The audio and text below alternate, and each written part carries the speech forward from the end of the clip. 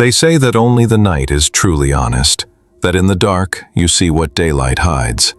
I used to think that was poetic nonsense until I drove down that road, because what I found that night, what found me, should never have existed. Stay with me. What you're about to hear isn't a ghost story, it's a warning. I'd been driving for 6 hours, headlights slicing through the fog, chasing a lead about my missing brother, Theo. The locals near Black Hollow refused to talk. He's gone, they said. The forest took him, but I don't give up. I followed his last known route, a dead stretch of road under a dim full moon. No streetlights, no sound, just the hum of my engine and the pulse in my chest.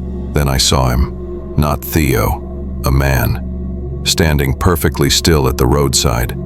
Not ahead, not behind, just beside me. I hit the brake so hard the tires screamed. My lights flashed, and he was gone. I stepped out. Hello? No answer. The world felt muffled, like someone had stuffed cotton in my ears. That's when I saw the footprints, fresh in the dirt, leading off the road, into the woods. I hesitated only once, then followed. The forest swallowed me whole. Every step echoed. My breath misted in front of me. I called Theo's name. Once, twice. The sound barely carried. Then, movement. A figure perched on a fallen log, the same one from the road. His face, pale as bone, eyes like empty wells. He didn't move, didn't blink, but I felt his stare digging into me, pulling something from behind my eyes. I stumbled backward, my foot hit a root, and behind me, breath. I ran. Branches tore at my arms, snapping against my clothes. The forest felt endless. Then, salvation, a clearing. A cabin stood there, leaning like it had grown tired of standing upright. Windows shattered, door ajar. I bolted for it. Inside, it stank of rot and mold. The air was heavy, like something had died there decades ago and never left. On the table, pictures. I froze. Theo's face stared back at me, torn, bitten, eyes hollow. Around him, others, dozens of missing people, all mutilated, pinned to the wood with rusted nails. A red smear streaked across the table, fresh. I backed toward the door, but it slammed shut. The lights flickered, not from any bulb, more like a pulse. Shadows crawled along the walls, footsteps outside, slow, deliberate. Then a whisper through the cracks of the door. You came. Perfect. My blood ran cold. I grabbed a rusted pipe from the floor, my only weapon. The door began to splinter. Nails screeched. Wood cracked, and then it came through. A thing.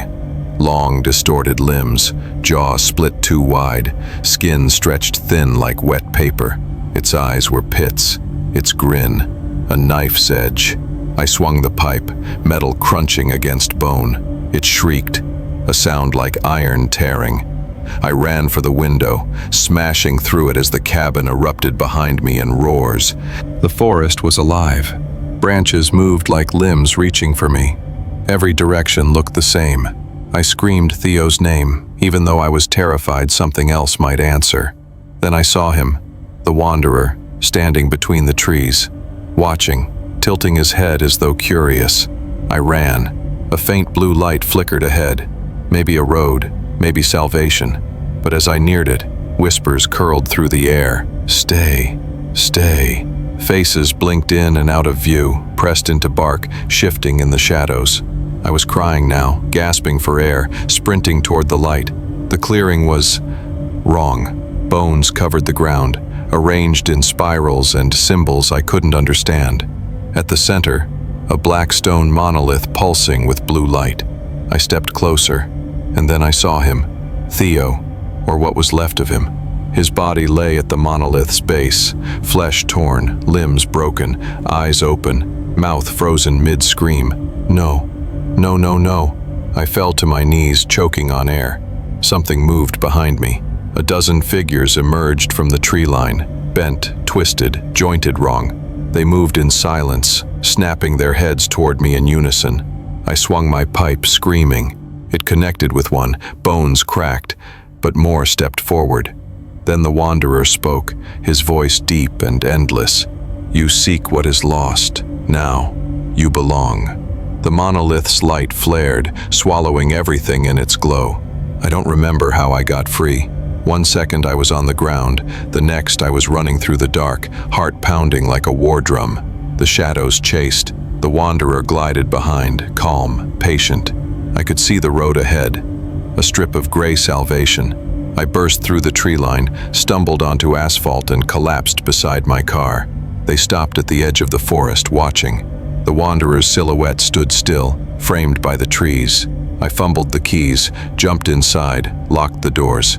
The engine screamed to life. Tires spun. I tore down the road, headlights slicing open the night. In the rearview mirror, he was there, standing on the shoulder, smiling, just watching. I drove until dawn. The sky lightened, the world returned. Birds sang. Civilization reappeared as though nothing had happened. But I knew. I felt it. Something followed me out of those woods. I can't sleep now. Every shadow looks like him. Every whisper sounds like, "Stay." I tried to tell the police. They called it hysteria. Theo's body was never found. But that cabin, it was real. Those photos, real. I burned what I could, moved away, changed my name. Yet every night, when the lights go out, I see his face outside my window, waiting, patient. Because the truth is, once you see the wanderer, you never walk alone again. So if you ever drive that road near Black Hollow, and you see someone standing by the side, don't stop, don't call out, because sometimes the night isn't honest. Sometimes it's hungry.